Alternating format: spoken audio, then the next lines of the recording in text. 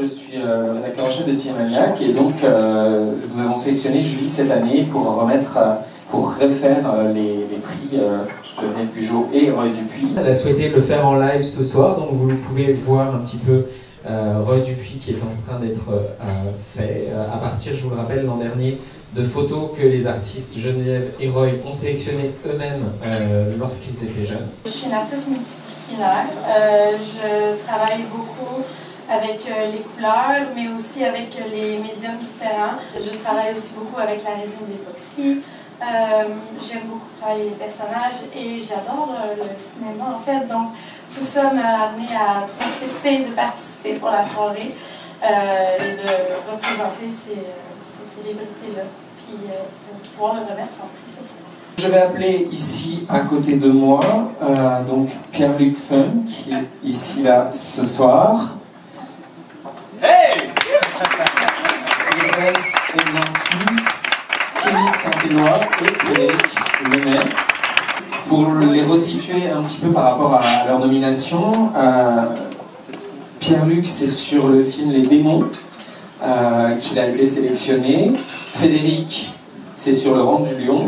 Irden sur Gibor S'en va en guerre et Kémy sur Noir. Là pour Les Démons c'est vraiment un contre-emploi.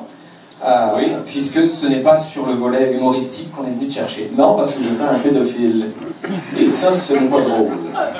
Tu veux pas, tu prends le bord de ton personnage, puis c'est un personnage qui connaît, sans faire de mauvais jugement avec le nom du film, ses démons, et qui les accepte pas, mais qui en est extrêmement conscient, puis c'est plus fort que lui. Fait que c'est pas tous les jours qu'on a la chance de jouer ça, en effet, c'est vrai. Mais ça fait peur un peu, ce genre de contre-emploi. Non, je pense que c'est les plus fun à jouer parce que de jouer uniquement à des gens qui sont collés sur toi, à un moment donné, tu découvres rien d'autre qu'un jeune homme de 2 ans qui vit sa vie. Fait que de jouer des choses qui sont plus loin de toi, qui t'apportent à chercher et à relever des défis, c'est les plus fun à jouer, je pense. Ramdam s'est terminé, c'est une période de ma vie. Tout de suite, je suis rentré à l'École nationale.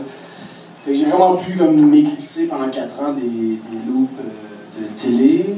Parce que je faisais pas de cinéma à l'époque, puis ça me fait du bien, je pense, d'aller faire les armes, d'aller ouvrir mes horizons, de faire plein de folies, de l'impro, de la danse, puis machin. Et donc c'est un projet collectif à la base que vous travaillez avec le réalisateur du Rang du Lion, qui a pu se concrétiser complètement sans les institutions, je crois. Ouais, exact. Stéphane Baudouin, qui est un fou vraiment passionné, a financé lui-même de sa poche, s'est fait prêter une maison dans le canton de l'Est par un ami. Il vient de cette région-là, puis il a autofinancé cette affaire-là, tournée en 11 jours, qui donne finalement un long métrage qui se tient super bien, puis qui a quand même voyagé dans les festivals en Europe, puis en Abitibi, puis au Texas. Fait que c'est beau de voir que le cinéma indépendant peut survivre.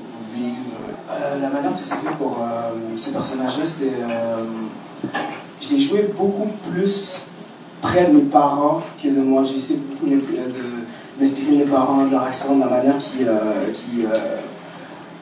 qui s'exprimait, en fait. Puis, dans les auditions, ce que Philippe m'avait demandé de faire, c'est d'intégrer le côté plus candide durant le tournage et durant les auditions. Puis c'est ce que j'ai fini par intégrer finalement chez le personnage afin de pouvoir donner Souverain Pascal, un personnage dans le centre. J'ai la famille qui est dans l'industrie, puis ils m'ont dit qu'il y avait des auditions pour justement un rôle qui pouvait fitter mon cast, par exemple. Puis moi, à ce moment-là, j'ai joué vraiment au football intensivement au niveau collégial. Puis je me suis dit, d'accord, on va aller essayer, on va donner tout ce qu'on a, puis si ça perce, ça perce, puis sinon ça percera pas. Puis finalement, Ifrit Symphonie a apprécié la performance, il a vraiment aimé. Donc c'est comme ça que je me suis retrouvé sur le plateau. J'ai vécu les rêves que beaucoup de monde aurait pu vouloir. En fait, je suis embarqué sur ma première production comme rôle principal. J'ai beaucoup été guidé par Yves Christian qui m'a dit exactement qu'est-ce qui s'attendait du personnage et tout. J'ai eu beaucoup de répétitions, beaucoup d'encadrement des autres acteurs. C'est des acteurs incroyables, ils m'ont vraiment épaulé comme si j'étais leur famille. C'était une expérience incroyable. C'était vraiment difficile. Au niveau des émotions, il y a beaucoup d'émotions à aller chercher dans ce rôle-là. Mais on est allé chercher le meilleur de tout ça, je pense. Ça m'a fait beaucoup de bien aussi de savoir, d'avoir une reconnaissance des gens du milieu, parce que c'est un prix que les gens de l'académie font pour toi. Fait que ça m'a fait du bien de savoir que j'avais la place où j'étais, puis que je pouvais continuer là-dedans avec confiance. En fait, c'est là que ça a vraiment eu une influence pour moi. C'est sûr qu'il y a une différence entre tourner un film dramatique puis tourner un film comique. C'est pas la même chose, c'est pas la même ambiance sur le plateau. Tu sais, jamais personne va faire comme peux-tu me laisser 10 minutes avant de faire cette blague-là? Je vais juste aller me recueillir dans mes vieux souvenirs. Fait que, tu sais, il y a vraiment... c'est deux fruits complètement différents. Je pense que, tu sais, c'est deux fruits le fun. Puis ce que j'aime, moi, c'est de pouvoir faire les deux, puis de réussir dans les deux. Tu sais, c'est ce que je veux le plus faire, parce que je veux pas que personne fasse comme ah oui, Pierre Lefebvre, le gars qui est uniquement drôle, ou ah, Pierre Lefebvre, le gars qui est uniquement dramatique. Fait que j'essaie de faire les deux, mais c'est pas. T'apprêtes pas le film de la même façon ou la série de la même façon, parce que, un peu comme en cuisine, sinon ça va goûter tout le temps la même affaire. Fait que j'essaie que mes films goûtent différemment. Maintenant, on va demander aux comédiennes finalistes de venir nous rejoindre. Clémence Dufresne-Délière, Emmanuel Lucier-Martinez, qui donc sont nommés Clémence pour Gibor également, comme Yodens tantôt, et pour Emmanuel pour Les Mauvaises Herbes en début d'année, qui a été un beau succès aussi. Les deux films ont beaucoup marché au box-office. J'ai fait 3 auditions, dont une jumelée avec Yodens, quand on ne savait pas qu'il y avait le rôle et quand on ne savait pas que j'avais le rôle. Puis voilà, au départ, ça me stressait un peu parce que je devais être drôle. Puis que je suis plus habituée de faire des films tristes. J'ai la tête. Puis la tête, c'est naturel pour moi. Donc là, j'étais super self-conscious parce que j'étais à côté d'Yodens puis de Patrick Huard, qui sont vraiment très drôles toujours. Puis moi, je me trouvais pas drôle. Puis là, j'en ai parlé un peu avec Philippe. Puis là, il m'a dit que je pensais trop, que je devais pas être drôle, puis que de toute façon, mon rôle, c'était pas d'être drôle. Parce que mon rôle, c'était plus comme le pilier dramatique, la relation père-fille. C'était plus le leitmotiv du député Guibard. Donc là, ça m'a rassurée. Puis là, on m'a teint les cheveux bleus et j'étais très contente parce que c'était ma proposition. C'est Gilles Relot qui faisait passer les auditions. Je sais pas, on était combien, on était beaucoup. Et puis, rappel aussi. Puis apparemment, je suis revenue au rappel très fâchée. Mais c'est ce qu'on me raconte, moi j'ai pas l'impression, mais que j'étais très fâchée parce que je trouvais ça très méchant de faire revenir à une audition quelqu'un qui avait tellement envie d'avoir un rôle. J'avais l'impression que ça avait déjà très bien été. J'avais pas à refaire mes preuves. Ce qui était un peu particulier, c'est que c'était mon 3e film. Puis c'était comme le premier film où j'arrivais sur le plateau puis que j'avais l'impression que je devais être une professionnelle puis qu'on me considérait comme une professionnelle. Alors que mes 2 autres premiers films, j'avais 7 ans. Puis, ben, quand t'es le rôle principal d'un drame, puis que t'as pas beaucoup d'expérience, ben t'es énormément chouchouté. En tout cas, moi, c'est ça que j'ai vécu. Mais non, mais je pense que ça prend ça aussi pour pouvoir se sentir confortable d'aller dans des scènes émotives, puis de se sentir en confiance. Puis là, sur Guibard, c'était un plus gros plateau, vraiment plus gros que ce que j'avais connu. Avec énormément de comédiens aussi. Il y avait beaucoup de premiers rôles. Je pense sur la Calucci, il y avait genre 13 premiers rôles, ce qui est quand même rare. Ouais. Puis les décors, les costumes, c'était beaucoup plus gros que je connaissais. Fait que là, c'était différent pour ça. Ouais, pour le sentiment d'arriver puis de comme devoir livrer la marchandise sans genre avoir de super longues discussions sur telle ou telle scène. On faisait confiance en fait.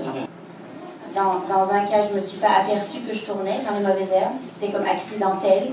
Tout d'un coup, on tournait, tout d'un coup, c'était fini. Puis on vivait là, on était au Mont-Tremblant. Il faisait froid, mais on était... Je veux dire, le contexte était tout autre.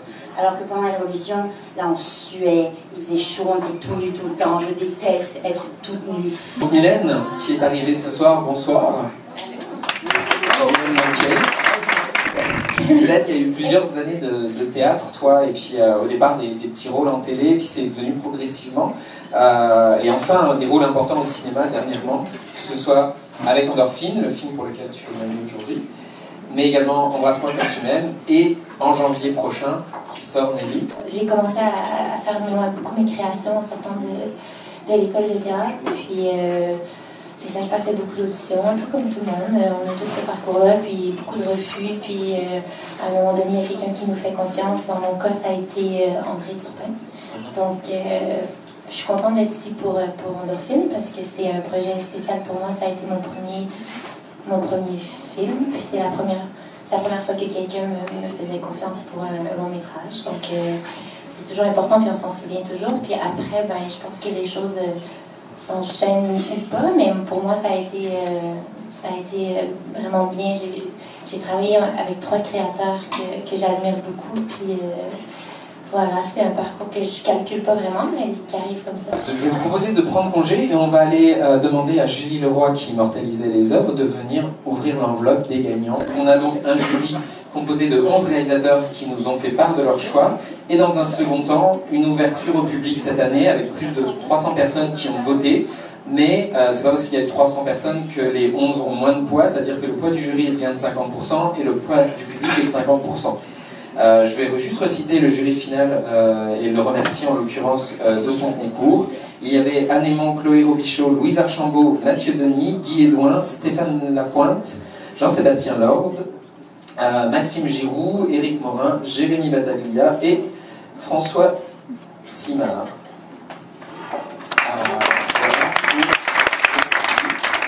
Donc je vais te laisser ouvrir l'enveloppe et te donner le micro.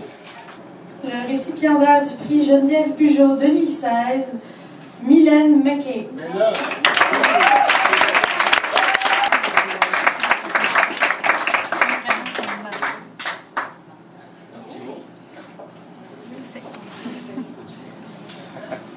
Pour vrai, c'est beaucoup d'émotions, là. Je sais pas comment gérer ça. Je viens juste d'arriver.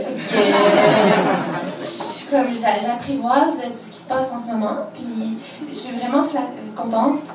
Et comme je disais tout à l'heure, Endorphine, c'est mon premier film, donc ça me touche vraiment particulièrement. Puis merci beaucoup à André Turpin de m'avoir fait confiance, puis à Lucie Robitaille de m'avoir donné ma première chance de la directrice de casting du film. Puis voilà, j'espère continuer à faire du cinéma très longtemps. Pour le prix Roy Dupuis 2016, arrivé ex aequo, il y a Irden Exantus et Pierre-Luc Funk. Juste faire attention parce que Roy est encore humide. Bravo Irden! Merci. Ben, je sais pas pour toi, mais moi je suis très touché d'être Roy Dupuis. Non, mais c'est fantastique. Sérieusement, c'est une belle émotion parce que c'est ce qu'on veut le plus faire au monde, c'est ce qu'on désire le plus, c'est ce qu'on travaille depuis qu'on est tout jeune, puis depuis qu'on sait qu'est-ce qu'on veut faire dans la vie. On a décidé de pas devenir médecin et par nos études qu'on décide si on fait notre métier ou non, mais par notre talent, par notre créativité. Donc ça me touche beaucoup et on ramène Roy à la maison. C'est exactement la même chose que le dernier. Et je voudrais remercier Philippe de m'avoir donné ma première chance. Avec toutes les personnes qui m'ont soutenu aussi pour ce projet-là, c'était ma première expérience à vie. Et je remercie toutes les personnes qui m'ont aidé à pouvoir atteindre mon rêve. Et merci à Roy aussi, merci à toi. Merci encore, merci. J'espère que vous serez au rendez-vous l'an prochain, puis les autres années d'après, avec d'autres nommés. On va continuer à vous suivre tous. Bonne soirée à tous et merci encore de votre présence.